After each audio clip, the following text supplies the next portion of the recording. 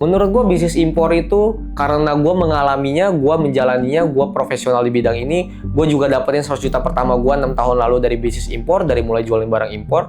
Menurut gue dengan lu jalanin produk digital di tahun ini nggak perlu waktu lama lu udah bisa dapat 100 juta pertama lu.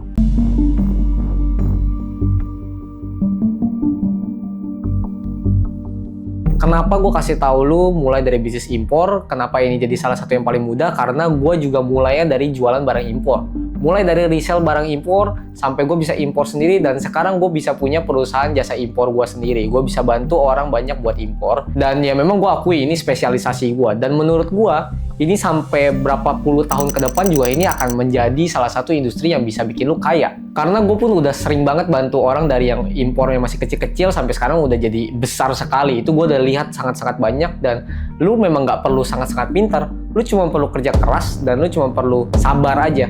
Dan gue sendiri pun mulainya nggak langsung impor. Gue mulainya juga dari resell, jualin barang-barang dari importir.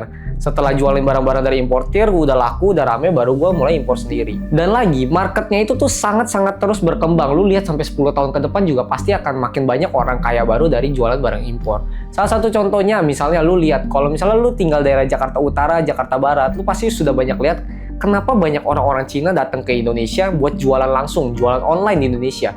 Kenapa? Karena mereka melihat 300 juta penduduk Indonesia itu adalah market semuanya. Kompetitor mereka sedikit di sini. Beda sama di negara mereka, itu semua orang tuh udah pada usaha semua. Semua orang punya pabrik kecil-kecilan segala macam. Udah susah persaingan di sana. Mereka nggak cukup pintar doang di sana. Mereka nggak cukup kerja keras doang di sana. Sedangkan di negara ini, lu kerja keras dan sabar sedikit aja, lu sudah pasti bisa sukses.